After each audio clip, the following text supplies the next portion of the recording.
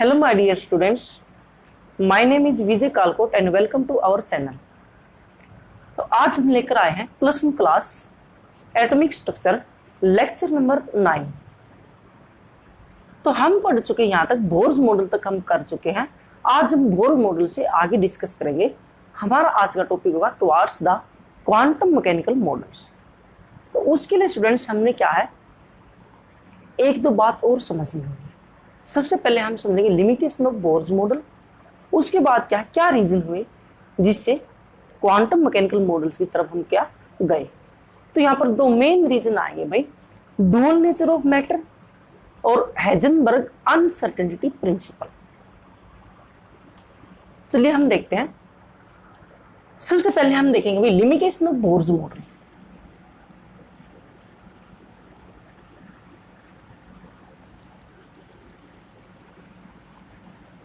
Limitations of Bohr's model।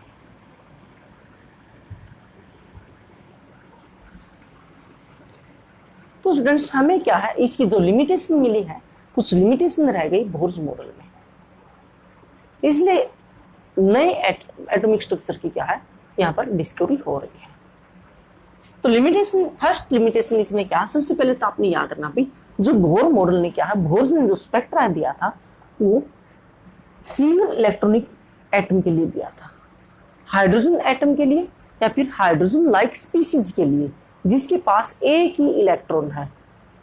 Multi electronic species के लिए spectra वो नहीं दे पाया था। क्या हम बनाएंगे यहाँ पर heading, do not explain the spectra of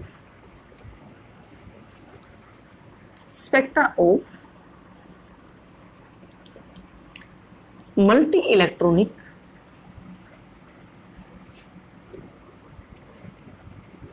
species। multi-electronic species वो एटम हो या फिर आयंस हो। तो सबसे पहले तो आपने याद रखना, वो सिंगल इलेक्ट्रॉनिक स्पीसीज के लिए हाइड्रोजन एटम या फिर हाइड्रोजन लाइक एटम्स के लिए वो डिस्कवर कर पाया था। एक एडवांटेज, डिसएडवांटेज इसकी ये रही लिमिटेशन। सेकंड लिमिटेशन क्या थी, जब हमने स्पेक्ट्रल लाइंस थी वो हमने हाई रिजोल्विंग स्पेक्ट्रोस्कोप से देखी, हाई रिजोल्विंग स्पेक्ट्रोस्कोप से। तो जो वो एक स्पेक्ट्रल लाइन थी उसके अंदर हमें क्या है, कई लाइन दिखाई दी ऐसे, यानी कि डुप्लेट या फिर ट्रिपलेट या फिर क्या है ऐसे, इस तरह से क्या है, कई लाइन, क्या फाइन लाइंस, उसके अंदर बहुत सारी लाइन दिखाई दी। जब हमने हाई रिजोल्विंग स्पेक्ट्रोस्कोप से उनको देखा, किसी को जो स्पेक्ट्रल लाइन आ रही थी, जो बोर मॉडल ने क्या स्पेक्ट्रल लाइन डिस्कस की थी वो, तो इसका मतलब क्या हुआ, यहाँ पर वो जो सिंगल लाइन दिखाई दे रही थी हमें, वो सिंगल लाइन नहीं थी, एक सिंगल लाइन में बहुत सारी लाइंस हमें ऑब्जर्व हुई, बहुत सारी लाइन थी, राइट। तीसरी इसकी क्या है डिसएडवांटेज, थर्ड कौन सी थी भाई, ये आपने नोट करना है। थर्ड इसकी डिसएडवांटेज क्या थी। अच्छा, सेकंड क्या होगी,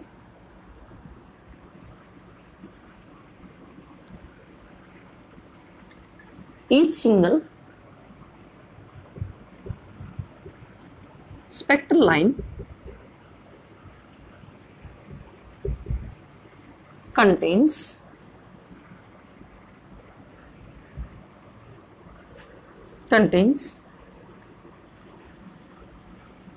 many fine line बोलेंगे हम यहाँ पर, fine lines like doublets, triplets, etc. when we observe by high resolving spectroscope।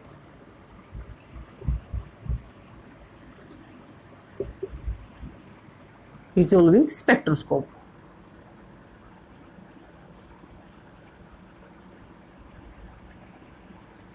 Spectroscope. Second disadvantage ये रही, उसकी लिमिटेशन का हो या फिर डिसएडवांटेज का, राइट। तो थर्ड क्या थी इसकी, इसको मैं रब कर लेता हूँ, नोट कर लो।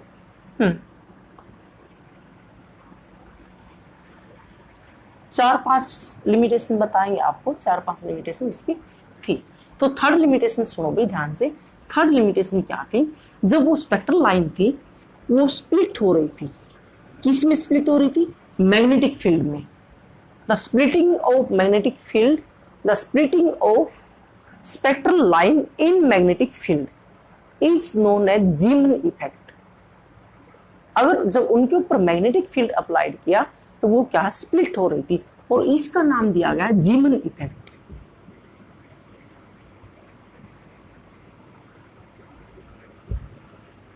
जीमन इफेक्ट, ये जीमन इफेक्ट वाली बात भी इसने डिस्कस नहीं की, ये जीमन्स नाम के साइंटिस्ट ने देखा था, इसलिए जीमन्स इफेक्ट कहते हैं।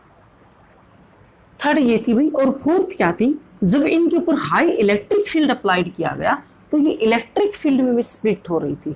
ध्यान दो, मैग्नेटिक फील्ड में स्प्लिटिंग जीमन इफेक्ट कहोगे, और जो क्या है इलेक्ट्रिक फील्ड में क्या, इलेक्ट्रिक फील्ड में जो स्प्लिट हो रही थी भाई, स्प्लिटिंग या फिर क्या कह लो स्प्लिटिंग इन इलेक्ट्रिक फील्ड, ये क्या थी, स्टार्क लाइन।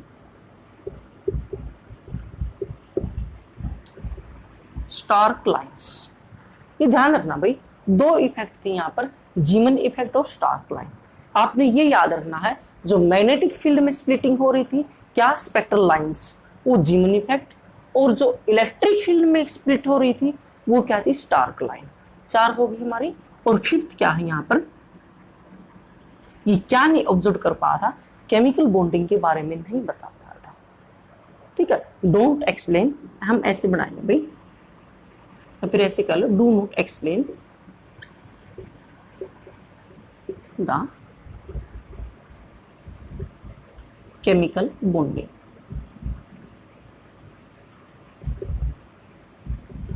केमिकल बॉन्डिंग, ये इसकी क्या थी, 4-5 लिमिटेशंस थी। किसकी लिमिटेशंस थी, बोर्स मॉडल की। तो ये आपने नोट करनी और आपने याद रखनी है। नेक्स्ट हम चलते भी towards the quantum mechanical model. Next हमारा मॉडल होगा भाई, हेडिंग होगा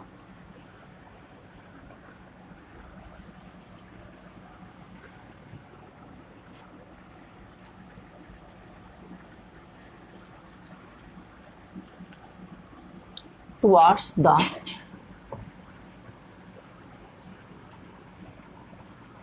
quantum mechanical model।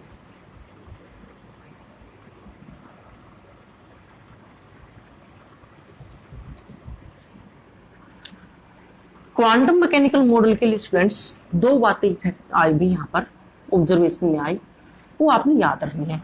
दोनों में से क्या है आज एक डिस्कस करेंगे भाई। फर्स्ट,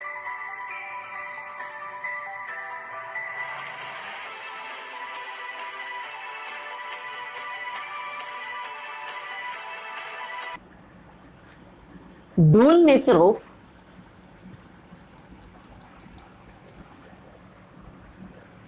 मैटर, और सेकंड है भाई हेजनबर्ग अनसर्टेनिटी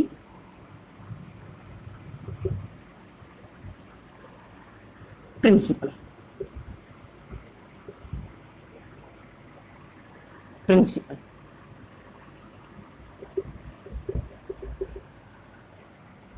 ठीक है, तो ये दोनों बातें क्या हमने आज डिस्कस करनी भाई। हेजनबर्ग्स अनसर्टेनिटी प्रिंसिपल, हेजनबर्ग्स कर लो, हेजनबर्ग नाम के साइंटिस्ट है भाई।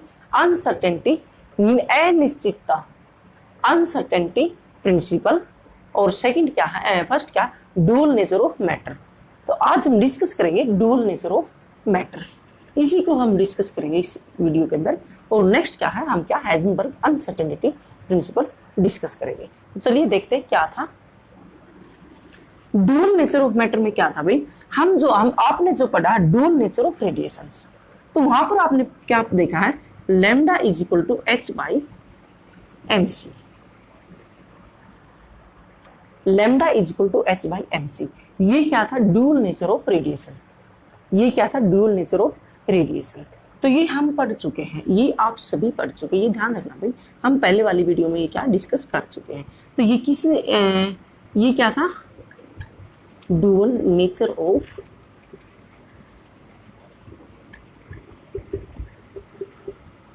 रेडिएशंस। तो इसके बाद स्टूडेंट्स एक डी ब्रोगली नाम के साइंटिस्ट आए। डी ब्रोगली नाम के साइंटिस्ट ने क्या किया, इसी को थोड़ा हम मॉडिफाइड किया, ठीक है, थोड़ा हाँ क्या मॉडिफाइड किया, इसने कहा lambda is equal to h by M V. ये भाई मास m और v क्या है, वेलोसिटी। न्यू नहीं है, ये याद रखना भाई, ये क्या है v। इसने क्या कहा, देखो यहाँ पर क्या, lambda wavelength, h Planck's constant है, m क्या है मास, और c क्या थी यहाँ पर, वेलोसिटी ऑफ लाइट। तो इसने वेलोसिटी ऑफ लाइट को चेंज कर दिया भाई, वेलोसिटी ऑफ लाइट को किस में चेंज कर दिया, वेलोसिटी ऑफ मैटर। इसने इसकी जगह क्या है, वेलोसिटी ले ली, c क्या थी, वेलोसिटी ऑफ लाइट, और इसने क्या कहा, हेयर आपने बताना भाई, here v is the velocity of matter. इसने ये कहा लाइट के लिए नहीं, ये क्या, किसी भी मैटर के लिए हम क्या, ये इक्वेशन लगा सकते हैं, lambda is equal to h by M V. देखो ध्यान से देखो, और एम वी क्या होता है, मोमेंटम। इसमें क्या, lambda is equal to h by P भी कह सकते हैं, ठीक है, p is equal to M V momentum होता है। ये v है स्टूडेंट्स, वेलोसिटी न्यू नहीं है, ये ध्यान रखना, ये न्यू नहीं, ये v है। तो ये इक्वेशन किसने दी भाई, डी ब्रोगली इक्वेशन भी कह देते इसको, और आप इसको कहोगे भाई ड्यूल नेचर ऑफ मैटर, ठीक है, मैटर कहोगे ना कि रेडिएशन। रेडिएशन की पूछेगा तो आपने सी कहना है। तो यहीं से चलो हम क्या है, एक रिलेशन निकाल देते हैं इसके अंदर और काइनेटिक एनर्जी के अंदर, ठीक है। तो काइनेटिक एनर्जी क्या होती है, एक तो ये याद रखना भाई आपने, यही था, इसकी इक्वेशन यही है। काइनेटिक एनर्जी क्या होती है, मैं यही करता हूं, काइनेटिक एनर्जी होती है भाई half M V square. Kinetic energy क्या होती है students, half M V square, ठीक है। यहां से हम v की वैल्यू निकाल लेंगे, v की वैल्यू निकालेंगे तो देखो ये इधर जाएगा, तो ये क्या हो गया 2ke, ठीक है, m यहाँ ऊपर है, यहाँ आएगा तो यहाँ पर क्या हो जाएगा, m यहाँ हो जाएगा, ठीक है। उसके बाद क्या है, ये आ गया v स्क्वायर। अब v स्क्वायर है यहाँ पर, तो v की वैल्यू क्या हो जाएगी, ये हो जाएगी v is equal to 2ke by m under root, यही होगी v की वैल्यू, ये हो जाएगी, ठीक है। तो हम क्या करेंगे, v की वैल्यू यहाँ पुट कर देंगे। देखो ये काइनेटिक एनर्जी से आई है, by putting the value of v in equation de Broglie relation.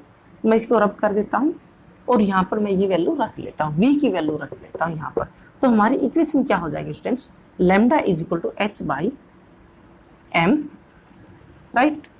उसके बाद क्या है, v की जगह ये पुट करूंगा, ये v है भाई, वेलोसिटी है, कहाँ से आई है ये आप समझिए, काइनेटिक एनर्जी वाली इक्वेशन से आई है।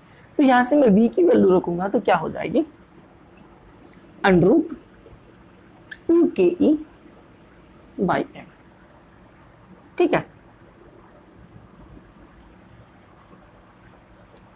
2ke by m।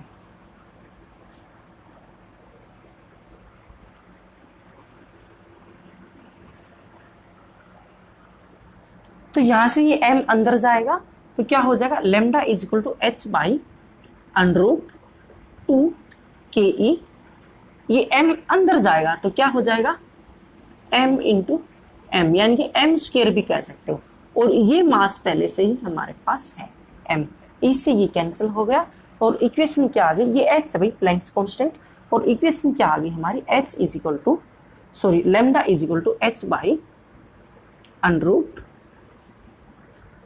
2ke m, ये इक्वेशन आ गई भी हमारी। और ये क्या है, इक्वेशन क्या बनी, relation between the lambda wavelength and kinetic energy. ये इक्वेशन हमारी किस किस के बीच में रिलेशन आ गई, लैम्डा और काइनेटिक एनर्जी के बीच में। देखो फिर से देखो, ये हमारे पास इक्वेशन थी जो डी ब्रोगली ने दी थी, lambda is equal to H by M V. V की वैल्यू हमने यहाँ से निकाली काइनेटिक एनर्जी से, kinetic energy is equal to half M V square, आप सभी जानते हो।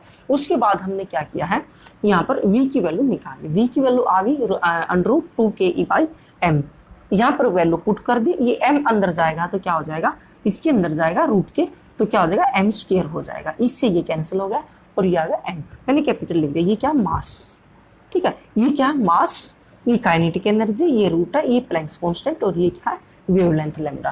तो ये यहाँ पर क्या मिल गया, relation between the wavelength and kinetic energy. यही थी हमारी क्या है डुअल नेचर ऑफ मैटर। तो चलिए अब इसके ऊपर क्या स्टूडेंट्स एक दो न्यूमेरिकल ले लेते हैं इसी के ऊपर। तो न्यूमेरिकल में हम, आप इसको नोट करो भाई, इसको नोट कर लो, पोज करके इसको नोट कर लो, फिर इसके ऊपर न्यूमेरिकल लेते हैं। हो गया, अब हम लेते हैं इसी के ऊपर एक न्यूमेरिकल कर लेते हैं भाई। तो न्यूमेरिकल क्या बनेगा हम देखते हैं इसके ऊपर।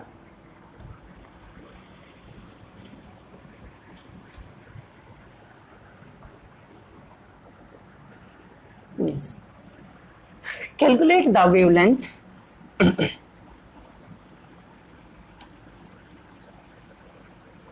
calculate the wavelength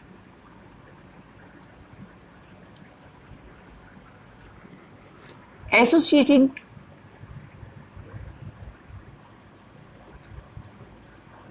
with cricket ball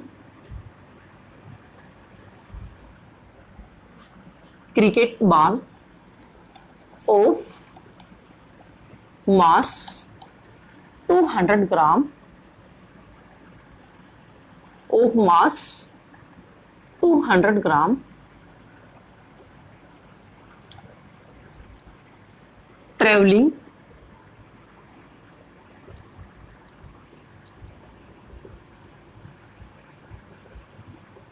with a velocity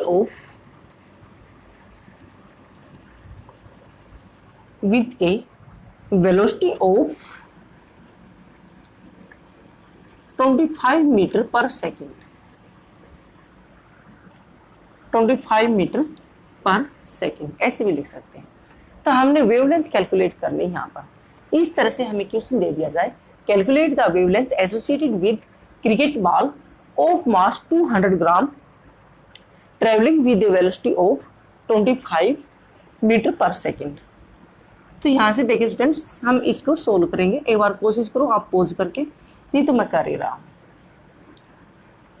तो यहाँ पर हमने हमारी इक्वेशन क्या हुई, lambda is equal to H by M V, lambda is equal to H by M V, ये हमारी इक्वेशन है। लैम्डा ही कैलकुलेट हमने करना है, एच की वैल्यू आपको पता है और मास क्या है हमारा, एम क्या है 200 ग्राम, ठीक है। ग्राम को किलोग्राम में कन्वर्ट करेंगे हम, क्योंकि आपने यहाँ पर एसआई यूनिट ही लेनी है। तो ये बन गया हमारा केजी, ठीक है। यही कर लेते हैं, यानी कि कितना हो गया इसको 1/5 केजी, ठीक है। ये इजी रहेगा फिर आपके लिए। उसके बाद हाँ वेलोसिटी ठीक है, मीटर पर सेकेंड ठीक है। उसके बाद बस पुट कर दो, बहुत ही ईजी है। Lambda is equal to H की value 6.626 into 10⁻⁻34 joule second, right. उसके बाद मास 1/5 केजी इंटू वेलोसिटी क्या है 25 मीटर पर सेकेंड। अब यहाँ से देखो स्टूडेंट्स, इससे ये कट गया, ये 5 हो गया, 5 से ये काट दो, ठीक है। 5 1 जा 5 1 और 1 5 3 जा पॉइंट आ गया, 5 3 जा 35 और यहाँ पर आ गया 5 2 जा 10 और फिर 5 5 जा और 2, लगभग ये आ गया, ठीक है अप्रोक्सीमेट। तो हमारी वैल्यू क्या आ गई, lambda is equal to 1.325 into 10⁻34, ठीक है। और यहाँ पर देखो यूनिट आपने इस तरह से निकाल लिया करो। अगर देखो ये ऊपर जाएगा तो ये हो गया सेकेंड स्क्वायर, तो ये आ गई हमारी जूल, ठीक है। यहाँ ये ऊपर गया क्या हो गया सेकेंड स्क्वायर, ये क्या है नीचे क्या क्या रह गया KG metre, KG metre, right. ये नीचे क्या रहेगा, केजी मीटर। और स्टूडेंट्स जूल की वैल्यू होती है भाई, जूल की वैल्यू होती है KG metre square per second square, per second square. ये वैल्यू होती जूल की। तो हम यहाँ पर जूल की वैल्यू पुट कर देंगे, यूनिट में बता रहा हूं। तो जूल की वैल्यू पुट करेंगे तो हम क्या है, जूल की जगह मैं क्या लिख दूंगा, KG metre square per second square. देखो इस सेकंड स्क्वायर से ये कैंसिल, इस केजी से ये कैंसिल, और इस एम से ये एम। तो यूनिट हमारी क्या बच गई, मीटर। अकेली क्या बच गई स्टूडेंट्स, मीटर। और लैम्डा क्या है, मीटर में ही होता है। तो ये हमारा आंसर आ जाएगा इस तरह से। इस तरह से आपने क्या है, इसको कैलकुलेट कर लेना है। इस टाइप से जो भी क्वेश्चन आएगा उसको आप क्या है, इस तरह से कैलकुलेट इजीली कर सकते हो। तो इससे आगे एक न्यूमेरिकल और ले लेते हैं स्टूडेंट्स, एक प्रॉब्लम हम और ले लेते हैं। चलिए देखते हैं।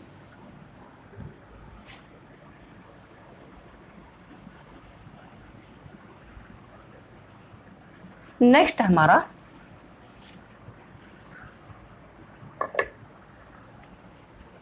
a beam of helium atom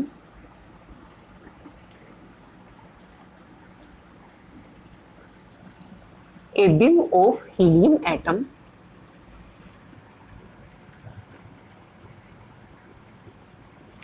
move with a velocity of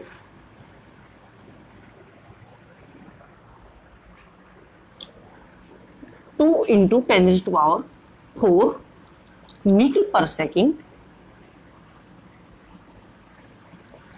Calculate the wavelength.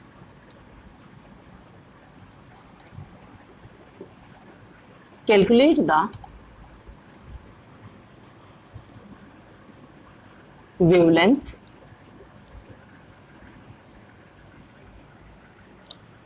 of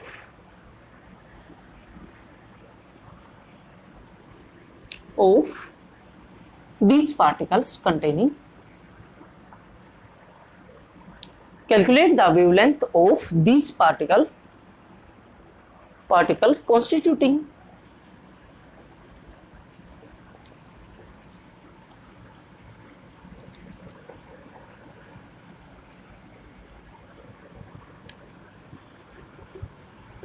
with the beam.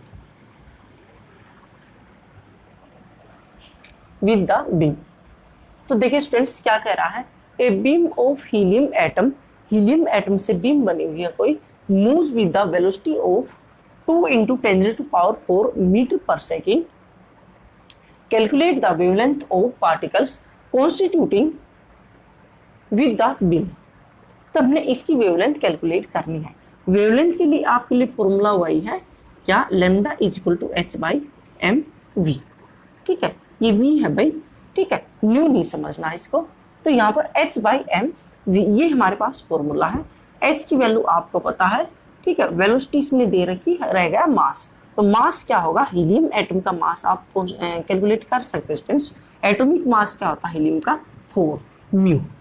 ठीक है, अगर आपने इसको ग्राम में कन्वर्ट करेंगे तो आप क्या होगा, यानी कि एक मोल में कितना होगा, मोल में कितने होते हैं, कितना होगा 6.022 इंटू 10 raised to power 20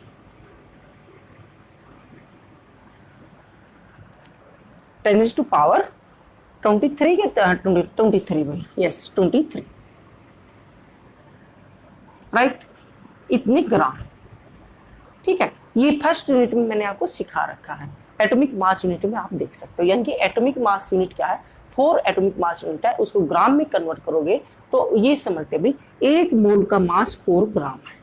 ठीक है, एक मोल एटम का, एक मोल का मीनिंग क्या, 6.022 इंटू 10 raised to power 23, यानी कि एक अवोगाड्रोस का, एक अवोगाड्रोस का इतने पार्टिकल्स का मास इतना है। एक हीलियम एटम का मास कितना होगा, वो उसके बाई में चला जाएगा, इतना होगा ग्राम। और अगर मैं किलोग्राम में लूँ, केजी में क्या है, ये 100,000 हो जाएगा, ये होगा केजी। यानी कि इसकी जगह मैं क्या कर सकता हूँ, 26, ये हो गया हमारा मास किसका, हीलियम एटम का, हीलियम का ही निकालना आपने। तो यहाँ पर क्या lambda is equal to, value put कर दो, वेरी इजी, 6.626 इंटू 10⁻⁻34, ठीक है, जूल सेकेंड। उसके बाद क्या होगा, मास क्या होगा यहाँ पर 4/6 पॉइंट, ये देखो ये पलट के ऊपर चला जाएगा, ठीक है, मैं इसको ऊपर ही लिख रहा हूँ यहाँ पर 6.022 इंटू 10⁻26, ठीक है, ये केजी में है भाई। उसके बाद वेलोसिटी लिखो, वेलोसिटी क्या है 2 इंटू 10⁻4, 2 इंटू 10⁻4, यस। तो इसमें क्या है, इसको आप कैलकुलेट करोगे, इसको जब हम सोल्व करेंगे, देखो पहले तो इनको सोल्व कर लो, इनको सोल्व कर लो भाई, ये ऊपर जाएगी माइनस का हो जाएगा -4, यानी कि -34 और 4 -38, -38 में से क्या है 26 गया, तो कितना हो गया इंटू 10⁻⁻12, ठीक है, कितना हो गया 10⁻⁻12, और इसको सोल्व करोगे तो स्टूडेंट्स ये आ जाएगा भाई 4.9877 समथिंग, कुछ ऐसे आ जाएगा, ठीक है। इसको आप सोल्व कर लेना, इसको आप काटोगे तो ये आ जाएगा। उसके बाद क्या यूनिट वही आएगी, कट पिट के किस में आएगी, मीटर में आ जाएगी। मैंने आपको पहले भी बताया इस किस में आएगी, मीटर में। यहाँ लिखना आपने मीटर पर सेकेंड, ठीक है, ये वेलोसिटी वाली। तो ये हमारा आंसर आ जाएगा। देखो 1 पिकोमीटर में कितने होते हैं 10⁻⁻12 मीटर, राइट। तो इसकी जगह पिकोमीटर भी लिख सकते हैं हम, ये कितना आ जाएगा lambda is equal to 4.99, round off कर दिया मैंने, पिकोमीटर। ये हमारा क्या फाइनल आंसर आ गया। तो स्टूडेंट्स इस टाइप से क्वेश्चन आप कर सकते हो, इस तरह से हम क्या है क्वेश्चन सोल्व कर सकते हैं। और आज का लेक्चर हम यही खत्म करते हैं इस वीडियो को। नेक्स्ट हम करेंगे हाइजेनबर्ग अनसर्टेनिटी प्रिंसिपल। उसके बाद क्या है कुछ आपको पता लगा भाई क्वांटम मैकेनिकल मॉडल्स क्यों आया, क्या लिमिटेशन रह गई थी वो क्यों आया, फिर हम उसमें आगे बढ़ेंगे। तब तक आप क्या है पढ़ाई कीजिए और इसको अच्छे से याद कीजिए, लर्न कीजिए और इनको देखते रहिए। Thank you.